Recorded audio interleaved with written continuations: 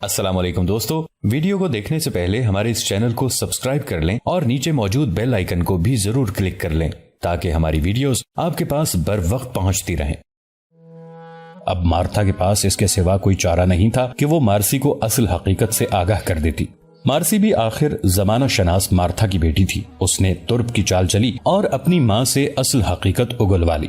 Martha مارسی کو الگ کمرے میں لے گئی اور سچ سچ بتا دیا کہ سکندر بیگ در حقیقت مسلمان نہیں ہے، بلکہ اس نے اپنا اور اپنے بھائیوں کا انتقام لینے کے لیے اسلام قبول کرنے کا ڈرامہ کیا ہے۔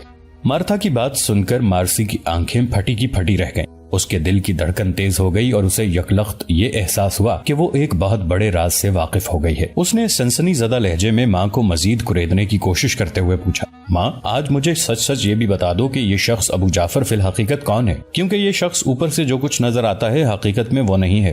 مارسی کی بات سن کر مارتھا لرز گئی۔ وہ تو سکندر کا راز بھی فاش نہیں کرنا چاہتی تھی اور مجبوراً اسے ایسا کرنا پڑا تھا، لیکن ابو جعفر جیسے خطرناک جاسوس کے چہرے سے وہ کیسے نقاب الٹ سکتی تھی؟ اس کا رنگ زرد پڑ گیا، لیکن اس نے اپنے آپ کو سنبھالنے کی کوشش کی اور مارسی سے کہا، بیٹی یہ وقت ان باتوں کا نہیں، تم نے شرط رکھی تھی کہ تم ایک عیسائی سے ہی شادی کرو گی، چنانچہ میں نے تمہیں سکندر بیگ کی حقیقت بتا دی ہے۔ اب تم مزید وقت ضائع مت کرو اور جلدی سے اپنی شادی کی تیاری کرو۔ مارسی کے ذہن میں آندھیاں چل رہی تھیں۔ اسے پہلی بار احساس ہو رہا تھا کہ اس کی ماں کتنی بڑی سازش میں شامل ہے۔ اس نے اپنی ماں کی آنکھوں میں آنکھیں ڈال دیں اور دلیری سے کہا، ٹھیک ہے، جس دن تم مجھے یہ بتاؤ گی کہ یہ مکار شخص ابو جعفر فی الحقیقت کون ہے، میں اس دن سکندر سے شادی کے لیے تیار ہو جاؤں گی۔ مارسی کی بات سن کر مارتھا سکتے میں آ گئی۔ اب اس کے لیے اپنی بیٹی کو سنبھالنا مشکل ہو گیا تھا۔ وہ یہ بھی نہیں چاہتی تھی کہ اس کی بیٹی کا ضدی رویہ سکندر یا ابو جعفر کے سامنے آئے، کیونکہ وہ جانتی تھی کہ ابو جعفر کتنا خطرناک شخص ہے۔ اگر وہ مارتھا کی بیٹی سے ایک بار بدظن ہو گیا تو یقیناً اسے قتل کروا دے گا۔ مارتھا کے لیے ہر طرح کا فیصلہ مشکل ہو چکا تھا۔ وہ سر جھکائے کچھ دیر تک سوچتی رہی اور بالآخر چپکے سے باہر نکل آئی۔ باہر سکندر اور جعفر اس کے منتظر تھے۔ مارتھا ڈھیلے قدموں سے چلتی ہوئی ان کے پاس آئی اور اپنے لب و لہجے کو سنبھالتے ہوئے کہا، سکندر بیٹا، مارسی شادی کے لیے تیار ہے، لیکن اتنی جلدی میں شادی جیسے کام سے گھبرا رہی ہے۔ تم اطمینان سے جاؤ، میں بہت جلد مارسی کو لے کر تمہاری جاگیر میں آ پہنچوں گی، پھر ہم لوگ وہیں رہیں گے۔ ابو جعفر مارتھا کے چہرے پر بڑے عجیب انداز میں نظریں ٹکائے ہوئے تھا۔ اس نے بڑے غور سے مارتھا کی بات سنی اور پھر کسی قدر تفہیمی اور کسی قدر تنزیہ انداز میں سر ہلا دیا۔ مارتھا ابو جعفر کے تیور دیکھ کر ہی من میں کانپ گئی تھی۔ یہ خطرناک شخص یقیناً اصل بات کا اندازہ لگا چکا تھا۔ بہرحال مارتھا کی بات سن کر سکندر نے خلاف توقع کسی قسم کے غصے کا اظہار نہ کیا، بلکہ مارتھا سے کہنے لگا، ٹھیک ہے آنٹی، میں وہاں کے ماحول کو دیکھنے کے بعد جلد ہی آپ لوگوں کو اپنے پاس بلوا لوں گا۔ سکندر کی بات سے کسی حد تک مارتھا کا خوف دور ہوا۔ اتنے میں ابو جعفر بھی بول اٹھا، ہاں، اس میں پریشان ہونے والی کون سی بات ہے؟ مارسی اور سکندر ایک ہی گھر کے تو بچے ہیں، ہم لوگ جب چاہیں گے ان کی شادیاں کر دیں گے، آخر مارسی سکندر کے بغیر جا ہی کہاں سکتی ہے؟ ابو جعفر کا آخری جملہ ذو معنی تھا جسے غالباً سکندر سمجھ نہ سکا، البتہ مارتھا ضرور سمجھ چکی تھی۔ خدا کر کے سکندر روانہ ہوا اور مارسی کی جان میں جان آئی۔ رات کو مارسی نے دیکھا کہ اس کی ماں بستر پر کروٹیں بدل رہی تھی۔ پھر تقریباً آدھی رات کے قریب مارتھا اپنے بستر سے اٹھی اور بیٹی کے پاس آ گئی۔ وہ حد سے زیادہ بے چین تھی۔ مارسی نے ماں کی حالت دیکھی تو بلا تعامل دریافت کیا، امی حضور آپ کس وجہ سے مضطرب ہیں؟ مارسی نے ماں کے بیٹھتے ہی کہا۔ مارتھا نے ایک لمبی سی ٹھنڈی سانس لی اور انتہائی دھیمے لہجے میں کہا، مارسی میں تمہاری وجہ سے پریشان ہوں۔ تم جانتی ہو سکندر ضدی اور جھگڑالو ہے، تمہارے انکار سے وہ بدک جائے گا۔ یہ تو غنیمت ہے کہ وہ ابھی تک تمہیں اپنی کنیز کی بیٹی سمجھتا ہے اور جانتا ہے کہ تم اس کے سوا کسی کی نہیں ہو سکتی۔ خداوند نہ کرے اگر اسے یقین ہو گیا کہ تم اسے نہیں چاہتی تو بہت گڑبڑ ہو جائے گی۔ مارتھا کی بات سن کر مارسی اٹھ کر بیٹھ گئی اور ماں کے کندھے سے سر ٹکا کر بولی، ماں تم فکر نہ کرو، کوئی گڑبڑ نہیں ہوگی۔ مارتھا اور مارسی دیر تک اسی قسم کی گفتگو کرتی رہیں اور صبح سے کچھ دیر پہلے دونوں ماں بیٹی کی آنکھ لگ گئی۔ آج قاسم کو اپنے بھائی کے گھر آئے 5واں دن تھا۔ 3 دن پہلے شمشیر زنی کے مقابلے میں اس نے جو کارنامہ سر انجام دیا تھا اس پر اس کا بھائی طاہر اور اس کی بھابھی سکینہ بہت خوش تھے۔ اس کے دونوں کمسن بھتیجے عمر اور علی خاص طور پر تیسرے دن سے اس کے ساتھ چپکے پھر رہے تھے۔ وہ آج مکتب میں سارا دن اپنے ہم عمر دوستوں کو اپنے چاچو کے کارنامے بتاتے رہے۔ کل الصبح قاسم کو اپنی ڈیوٹی پر حاضر ہونا تھا۔ اس کی بھابھی نے آج اس کے لیے زیتون کے تیل میں آلوؤں کا حلوہ بنایا تھا۔ ادھر شام کو طاہر گھر لوٹا تو اس کے ہاتھ میں سمندری مچھلی کے پارچے تھے، گویا آج قاسم کی خاص دعوت تھی۔ رات کو دسترخوان پر بھابھی نے قاسم کو چھیڑتے ہوئے کہا، بس اب یہ وقت تمہاری شادی کے لیے بھی مناسب ہے، میں کوئی اچھی سی ترک لڑکی دیکھ کر تمہارے رشتے کی بات چلاتی ہوں۔ اتنا سننا تھا کہ بچے خوشی سے اچھلنے لگے، چاچو کی شادی ہوگی، چاچو کی شادی ہوگی۔ طاہر زیر لب مسکرایا۔ قاسم نے احتجاج کرتے ہوئے کہا، نہیں بھابھی نہیں، ابھی سے یہ ظلم مت کیجیے، ابھی تو میں نے دنیا دیکھنی ہے۔ سلطان قیصر کو سبق سکھانے کے لیے قسطنطنیہ کا محاصرہ کرنا چاہتا ہے۔ ادھر مغربی یورپ کا خطرہ سپہ سالار ہونیاڈے یعنی ہینیڈیز صلیبی افواج کی قیادت سنبھالنے کے لیے لوٹ آیا ہے۔ سلطنت عثمانیہ چاروں طرف سے خطرات میں گھری ہوئی ہے۔ ایسے عالم میں ینیچری کا ایک 5000 سالار شادی جیسے جھنجھٹ نہیں پال سکتا۔ قاسم نے سنجیدگی سے شادی نہ کرنے کی معقول وجہ بتائی۔ سکینہ قاسم کے جواب سے حیران رہ گئی۔ ارے تم تو سنجیدہ ہونے لگے۔ ٹھیک ہے بھائی ٹھیک ہے، تم پہلے قسطنطنیہ فتح کر لو پھر شادی کر لینا، بلکہ وہیں سے لے آنا کوئی یورپی میم۔ سکینہ نے ہنستے ہوئے بات بنائی۔ طاہر اپنے بھائی اور بیوی کی گفتگو سے لطف اندوز ہو رہا تھا، مسکراتے ہوئے کہنے لگا، سکینہ بیگم، سلطان قاسم سے بہت متاثر ہوا ہے، کوئی بعید نہیں کہ وہ قاسم کے لیے کسی اچھے سے رشتے کا بھی بندوبست کر دے۔ طاہر کی بات سے تینوں ہنس پڑے۔ اتنے میں مکان کے دروازے پر دستک ہوئی، سب لوگ یکلخت خاموش ہو گئے۔ طاہر کے ماتھے پر سوچ کی شکنیں نمودار ہوئیں اور اس نے کسی قدر بڑبڑاتے ہوئے کہا، اس وقت کون ہو سکتا ہے؟ خیر میں دیکھتا ہوں۔ وہ دروازے کی جانب جانے کے لیے اٹھا، لیکن اس سے پہلے قاسم آگے بڑھ چکا تھا۔ آپ بیٹھیے بھائی جان، میں دیکھتا ہوں۔ قاسم نے دروازہ کھولا تو سامنے ایک ادھیڑ عمر اجنبی کھڑا تھا۔ یہ ابو جعفر تھا۔ قاسم اسے پہلی بار دیکھ رہا تھا۔ ابو جعفر کی آنکھوں میں سانپ جیسی چمک تھی اور اس کی کوہان جیسی ناک اس کے مکار چہرے پر مزید پراسرار دکھائی دیتی تھی۔ ابو جعفر نے قاسم کو دیکھتے ہی مسکراتے ہوئے سلام کیا اور پھر کہنے لگا، آپ مجھے نہیں جانتے لیکن آپ کے بھائی میرے دوست ہیں، بہرحال آج میں آپ ہی کی زیارت کے لیے حاضر ہوا ہوں۔ ابو جعفر کی بات سن کر قاسم نے مہمان خانے کا دروازہ کھولا اور ادھیڑ عمر ابو جعفر کو بیٹھنے کے لیے کہا، آپ تشریف رکھیے، میں بھیا کو خبر کر کے حاضر ہوتا ہوں۔ براہ کرم اپنا اسم گرامی بتا دیجئے تاکہ میں بھیا کو مطلع کر سکوں۔ جی میرا نام ابو جعفر ہے۔ قاسم نے طاہر کو بتایا تو اس کے ماتھے کی شکنیں مزید گہری ہو گئیں۔ ابو جعفر، خطیب مغرب، یہ شخص یہاں کیسے آ گیا؟ جہاں تک میری معلومات ہیں تو یہ شخص تو شہر کے پرلے سرے پر بغدادی دروازے کی مسجد میں خطیب ہے۔ طاہر نے سوچ کے عالم میں انگلی کی مدد سے اپنی پیشانی بجاتے ہوئے کہا، وہ کہہ رہا تھا کہ مجھ سے ملنے کے لیے آیا ہے، غالباً آپ کا دوست ہے، یہی بتایا ہے اس نے۔ میرا دوست نہیں، میں تو صرف اسے ایک آدھ بار ملا ہوں۔ خیر چلو چل کر دیکھتے ہیں کہ معاملہ کیا ہے۔ دونوں بھائی ابو جعفر کے پاس مہمان خانے میں آ بیٹھے۔ ابو جعفر نے اپنے مخصوص چاپلوسانہ لہجے میں کہا، شیخ طاہر، آپ کے بھائی تو بڑے جنگجو ہیں۔ تہوار والے دن ان کی کارکردگی سے سلطان بے حد متاثر ہوا اور انہیں ایک دم ینیچری کا 5000 سالار مقرر کر دیا۔ میں اسی کامیابی کی مبارکباد دینے آیا ہوں۔ طاہر نے حیرت سے ابو جعفر کی بات سنی اور پھر سلیقے سے کہا، آپ کا بہت بہت شکریہ، آپ نے زحمت کی۔ واقعی میرے بھائی کا ینیچری میں بھرتی ہونا ہمارے لیے سعادت کی بات ہے۔ قاسم اور طاہر کو معلوم نہیں تھا کہ ابو جعفر کتنا خطرناک شخص ہے۔ ابو جعفر طاہر کے بارے میں سب کچھ جانتا تھا۔ اسے اصل دلچسپی قاسم کے ساتھ تھی، کیونکہ ینیچری کے سالار اس کی سازش کا خاص نشانہ تھے۔ وہ اب تک ینیچری کے 3 اہم سالاروں کو اپنے دام فریب میں جکڑ چکا تھا۔ اس کا طریقہ کار یہ تھا کہ وہ غیر شادی شدہ اور کم عمر سالاروں کو نوجوان عیسائی لڑکیوں کا جھانسا دے کر اپنے جال میں پھنساتا تھا۔ ایک بار کوئی شخص اس کا رازدار بن کر جرم کی راہ پر چل پڑتا تو پھر آسانی سے واپس نہ لوٹ سکتا۔ وہ ینیچری کے اہم سالاروں کو بغاوت کے لیے اکساتا رہتا۔ ینیچری سلطنت عثمانیہ کی سب سے اہم اور جنگجو فوج تھی۔ یہ فوج سلطنت عثمانیہ کے بانی عثمان خان کے بیٹے اور خان نے سب سے پہلے اپنے بھائی علاؤالدین اور قرا خلیل کے مشورے سے بنائی تھی۔ اور خان کے زمانے میں جب تمام ایشیائی کوچک عیسائی حکومتوں سے پاک ہو گیا تو عثمانی سلطنت کے خاص کارندے پورے ملک کی جاگیرداریوں میں پھیل گئے۔ گزشتہ لڑائیوں میں بہت سے عیسائی قید ہو کر آئے تھے اور بہت سے عیسائی رعایا بن کر ذمیوں کی حیثیت سے ایشیائی کوچک میں زندگی بسر کرنے لگے تھے۔ وزیر اعظم علاؤالدین نے اپنے بھائی اور خان کو مشورہ دیا کہ بڑے بڑے جاگیردار جو بڑی بڑی فوج کے مالک ہوتے ہیں سلطنت کے لیے بعض اوقات خطرے کا موجب بھی بن جاتے ہیں۔ اس وقت تک ترکوں کی کوئی باقاعدہ فوج نہیں تھی اور وزیر اعظم علاؤالدین کو اس بات کا خطرہ تھا کہ ان کی جاگیردار عیسائی رعایا ہمسایہ عیسائی سلطنت کی ریشہ دوانیوں کا شکار بن کر ان کی مخالفت پر آمادہ ہو جانے کی استعداد بھی رکھتے تھے۔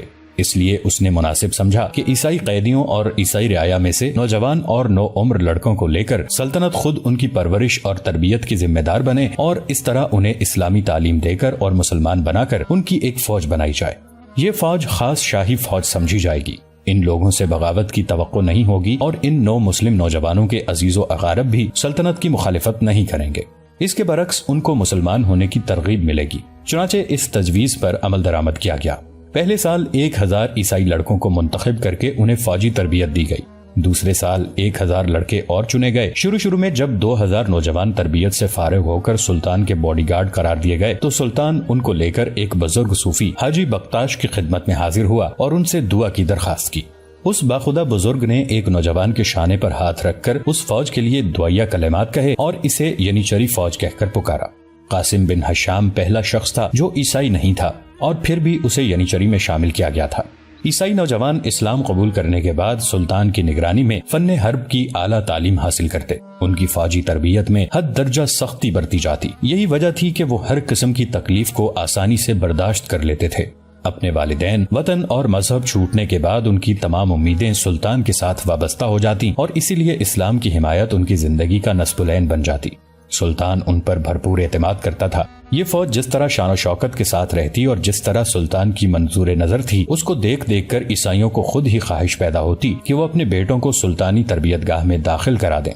یہی وجہ تھی کہ سالانہ بھرتی کے موقع پر یہ تعداد خود بخود پوری ہو جاتی اور بعض امیدواروں کو واپس کرنا پڑتا۔ سلطان نے پہلی مرتبہ کسی مسلمان نوجوان کو خلاف معمول ینیچری میں بھرتی کیا تھا، اور سلطان کے اس فیصلے کی حقیقی حکمت یہ تھی کہ نو مسلم سپاہیوں کے اس لشکر میں ایک آدھ پختہ کار مسلمان کو اس لیے بھی شامل ہونا چاہیے کہ آئے دن اٹھتی ہوئی بغاوتوں اور سازشوں سے باخبر رہا جا سکے۔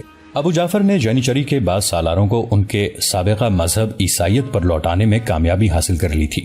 ابو جعفر کی سرگرمیوں سے ینیچری میں غداروں کی تعداد بڑھتی جا رہی تھی۔ ادھر سلطان کے باخبر کان اس صورتحال کی سنگن لے چکے تھے۔ چنانچہ سلطان نے قاسم کو نو مسلموں کی فوج میں شامل کر کے حاکمانہ بصیرت کا ثبوت دیا، اور یہی بات ابو جعفر کے لیے کڑوا نوالا ثابت ہو رہی تھی۔ وہ سلطان کے فیصلے سے بوکھلا گیا تھا، کیونکہ اب ایک پختہ کار عرب مسلمان کی موجودگی میں ابو جعفر کے لیے ینیچری کے اندر بغاوت کا منصوبہ بنانا مشکل ہو گیا تھا۔ ابو جعفر کے پیٹ کا یہی مروڑ تھا جو اسے عثمانی تربیت گاہ کے استاد طاہر کے گھر کھینچ لایا تھا، اور اس وقت ابو جعفر قاسم کی شخصیت اور ایمان کو پرکھنے کی کوشش کر رہا تھا۔ لیکن قاسم بن حشام کئی پشتوں سے مسلمان مجاہد اور جنگجو تھا۔ ابو جعفر کو قاسم اور طاہر کا انداز گفتگو دیکھ کر شدید مایوسی ہو رہی تھی، کیونکہ اس کی مکار اور تجربہ کار نگاہیں یہ بھانپ چکی تھیں کہ ان دونوں عرب بھائیوں کو پھانسنا آسان کام نہیں ہے۔ اس نے ادھر ادھر کی بہت سی باتیں کرنے کے بعد براہ راست قاسم سے سوال کر دیا، اس کی کیا وجہ ہے کہ سلطان نے پہلی مرتبہ ینیچری میں کسی مسلمان سالار کو شامل کیا ہے؟ قاسم پہلے ہی ابو جعفر کی سانپ جیسی تیز آنکھوں کو دیکھ کر چوکنا ہو گیا تھا۔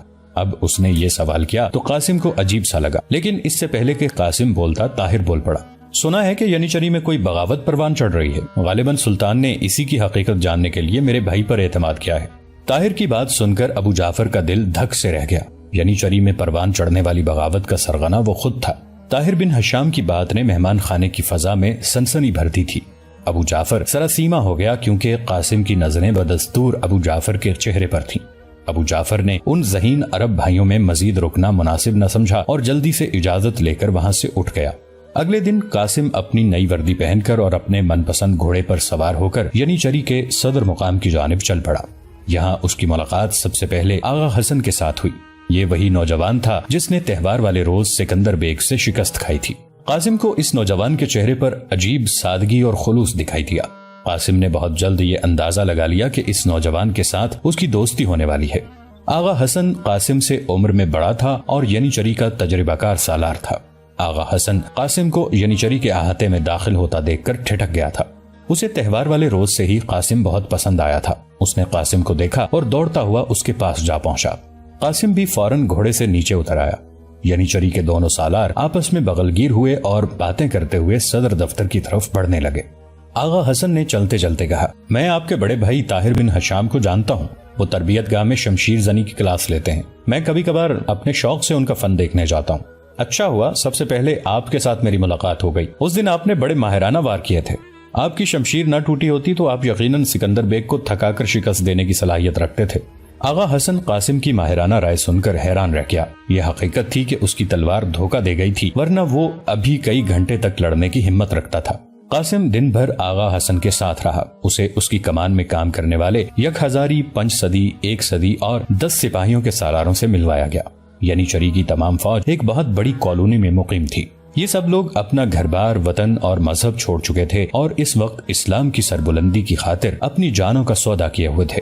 شام کو گھر کی جانب واپس آتے ہوئے قاسم جب آغا حسن سے اجازت لینے لگا تو اسے ایک دم ابو جعفر کا خیال آیا، اور پھر اسے ینیچری میں مبینہ بغاوت کی بات یاد آئی۔ وہ دن بھر کی رفاقت میں جان چکا تھا کہ آغا حسن قابل اعتماد سپاہی ہے، چنانچہ اس نے قدر رازدارانہ لہجے میں آغا حسن سے دریافت کیا، یہ بات کہاں تک صحیح ہے کہ ینیچری میں بعض لوگ سلطان کے خلاف سرگرمیوں میں مصروف ہیں؟ کیا آپ اس بارے میں کچھ جانتے ہیں؟ آغا حسن نے چونک کر قاسم کی جانب دیکھا اور پھر محتاط لہجے میں جواب دیا، نہیں، میں اس بارے میں کچھ زیادہ نہیں جانتا۔ میرے علم میں تو یہ بات آئی ہے کہ کچھ لوگ تنخواہ بڑھانے اور دیگر سہولیات میں اضافے کی ضد کر رہے ہیں۔ قاسم نے تفہیمی انداز میں سر ہلایا اور آغا حسن سے اجازت لے لی۔ جلد ہی قاسم ینیچری میں ایک محبوب اور مقبول سالار بن گیا۔ اب اس کے والدین بھی ادرنہ میں اس کے بھائی کے گھر آ چکے تھے۔ روزانہ الصبح گھوڑے پر سوار ہو کر ینیچری کے ماسکر جاتا اور پھر شام کے بعد واپس لوٹنا قاسم کا معمول بن چکا تھا۔ کبھی کبھار وہ آغا حسن کے پاس رات کے کھانے کے لیے رک جاتا اور دیر سے واپس آتا۔ اسی طرح کی ایک رات قاسم ماسکر سے گھر جانے کے لیے روانہ ہوا۔ راستے میں زیتون کے چند باغات پڑتے تھے۔ 10ویں رات کا چاند زیتون کے درختوں پر چاندنی کی چادر پھیلا چکا تھا۔ قریب ہی پہاڑی پانی کا ایک بڑا سا تالاب تھا جس کے چہار اطراف نرم سبزہ کسی قالین کی طرح بچھا ہوا تھا۔ قاسم تالاب کے قریب پہنچا تو ٹھٹک کر رک گیا۔ کسی نے کہیں سے تالاب میں کنکر پھینک دیا تھا۔ پانی میں کنکر کا چھناکا پیدا ہوا تو قاسم نے گھوڑے کی لگامیں کھینچ لی اور بجلی کی تیزی سے اپنی چمکدار شمشیر نیام سے باہر نکال لی۔ کون ہے یہاں؟ سامنے آؤ، ورنہ اگر میں نے خود ڈھونڈ لیا تو گردن اڑائے بغیر نہیں رکوں گا۔ زمستانی ہوا پتے پتے کو رقص پر مجبور کر رہی تھی۔ چاندنی کی وجہ سے درختوں کے سائے کسی طلسماتی شہر میں گمسم کھڑے سیاہ دیو محسوس ہو رہے تھے۔ ہر طرف سناٹا تھا۔ گھوڑے کے سموں کے نیچے کڑکڑاتے ہوئے زیتون کے خشک پتے پورے ماحول میں دیو مالائی رنگ بھر رہے تھے۔ قاسم کے کان کھڑے تھے اور اپنی تمام حسیات کو بیدار کیے کسی کی موجودگی کو محسوس کرنے کی کوشش کر رہا تھا۔ یکلخت اسے گھوڑے کے ہنہنانے کی آواز سنائی دی۔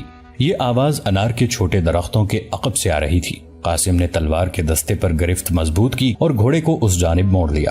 قریب جانے پر اس نے دیکھا کہ وہ ایک نہیں 2 گھوڑے تھے جو ایک بگی کے آگے جتے ہوئے تھے۔ بگی کو یہاں ویرانے میں دیکھ کر قاسم کو حیرت ہوئی۔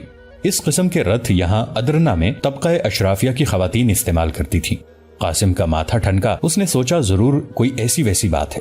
وہ رتھ کے قریب گیا اور با آواز بلند پوچھا، میں پوچھتا ہوں کون ہے یہاں؟ وہ کچھ دیر تک پکارتا رہا۔ جب اسے جواب سنائی نہ دیا تو اس نے رتھ کی پچھلی طرف جا کر عقبی پردے کو تلوار کی نوک سے اٹھا دیا۔ یہاں بھی کوئی نہیں تھا۔ اب قاسم مزید محتاط اور مستعد ہو گیا۔ ابھی وہ صورتحال کی نزاکت پر غور کر ہی رہا تھا کہ اسے انار کے ایک درخت کے پیچھے سے ایک ہیولا سا نکلتا دکھائی دیا۔ قاسم نے آنے واحد میں تلوار میان میں ڈالی اور گھوڑے کی زین سے لٹکی کمان تان لی جس میں ایک تیز دھار تیر پہلے سے رکھا ہوا تھا۔ اس نے حرکت کرتے ہوئے ہیولے کو حکم دیا، خبردار، کون ہو تم؟ وہیں رک جاؤ۔ ایک قدم بھی آگے بڑھایا تو تیر چھوڑ دوں گا۔ ہیولا اپنی جگہ پر رک گیا اور پھر اگلے لمحے ایک خوبصورت نقرئی قہقہا زیتون کے باغات میں گونجتا چلا گیا۔ یہ جان کر قاسم کے چھکے چھوٹ گئے کہ وہ ہیولا کسی عورت کا تھا۔ قاسم کو ایسے لگا جیسے اس کا واسطہ کسی چڑیل سے پڑ گیا ہو، لیکن اسے زیادہ دیر انتظار نہ کرنا پڑا۔ عورت کا ہیولا خود ہی بول اٹھا، ڈر گئے ینیچری کے 5000 سالار صاحب، ڈر گئے؟ یہ مارسی کی آواز تھی۔ وہ درختوں کے سائے سے نکل کر سامنے آ گئی۔ قاسم مارسی سے متعلق قطعاً کچھ نہیں جانتا تھا۔ مارسی نرم قدموں کے ساتھ چلتی ہوئی قاسم کے بالکل قریب آ گئی۔ اب وہ صاف دکھائی دے رہی تھی۔ 10ویں رات کی چاندنی اس کے شگفتہ چہرے کو نوری شعاؤں کا غسل دے رہی تھی۔ اس کی کٹورے جیسی آنکھیں کسی نیل جھیل کی طرح جلملا رہی تھیں۔ وہ مسکراتی ہوئی قاسم کے سامنے آئی اور انتہائی شائستہ لہجے میں کہنے لگی، محترم سالار، میں اس انداز میں ملنے کے لیے معذرت خواہ ہوں، لیکن اس کے سوا کوئی چارہ بھی تو نہیں تھا۔ میں اگر مزید دیر کرتی تو زیادہ تباہی پھیلنے کا اندیشہ تھا، چنانچہ میں نے یہی بہتر سمجھا کہ اس طرح راستے میں آپ سے مل لیا جائے۔ میں کافی دیر سے آپ کا انتظار کر رہی ہوں۔ مارسی کی بات سے قاسم چونکا، لیکن ابھی تک وہ سر راہ ملنے والی اس دوشیزہ پر اعتماد نہیں کر سکتا تھا۔ اس نے مارسی سے وہی سوال کیا جو اسے کرنا چاہیے تھا، آپ جو کچھ کہنا چاہتی ہیں وہ بعد میں کہیے گا، پہلے یہ بتائیے کہ آپ کون ہیں؟ مارسی نے اپنی گھنی اور لمبی پلکیں اٹھا کر دیکھا اور ہونٹوں پر موجود مسکراہٹ کو معدوم کرتے ہوئے سنجیدگی سے کہا، محترم سالار، آپ میری بابت جاننے کی بجائے اس اہم راز کو غور سے سنیے جو میں آپ کو بتانے جا رہی ہوں۔ مارسی نے ساتھ ہی بتانا شروع کیا، محترم سالار، آپ یقین کیجئے، سلطان مراد خان ثانی کا منہ بولا بیٹا سکندر بیگ دل سے مسلمان نہیں ہوا، بلکہ وہ عیسائیوں کی ایک گہری چال کے تحت جان کیسٹریاٹ سے سکندر بیگ بنا ہے۔ سلطان نے اسے لا علمی میں مغربی سرحدوں کی جاگیر سونپ دی ہے۔ آپ کو یقیناً معلوم ہوگا کہ وہ البانیہ کے آنجہانی بادشاہ جان کیسٹریاٹ کا بڑا بیٹا ہے۔ وہ بعض عیسائی جاگیرداروں اور فوج کے بعض سالاروں کی مدد سے بغاوت کرنا چاہتا ہے۔ وہ البانیہ کو سلطان کی باجگزاری سے آزاد کر کے سلطان سے انتقام لینا چاہتا ہے، کیونکہ اس کے خیال میں اس کے 3 چھوٹے بھائیوں کو سلطان نے زہر دے کر مروایا تھا۔ دوستو، آج کے لیے اتنا ہی۔ اسی کہانی کی اگلی قسط کے ساتھ بہت جلد آپ کی خدمت میں حاضر ہوں گے۔ نیچے کامنٹ سیکشن میں اپنی رائے کا اظہار ضرور کیجیے گا۔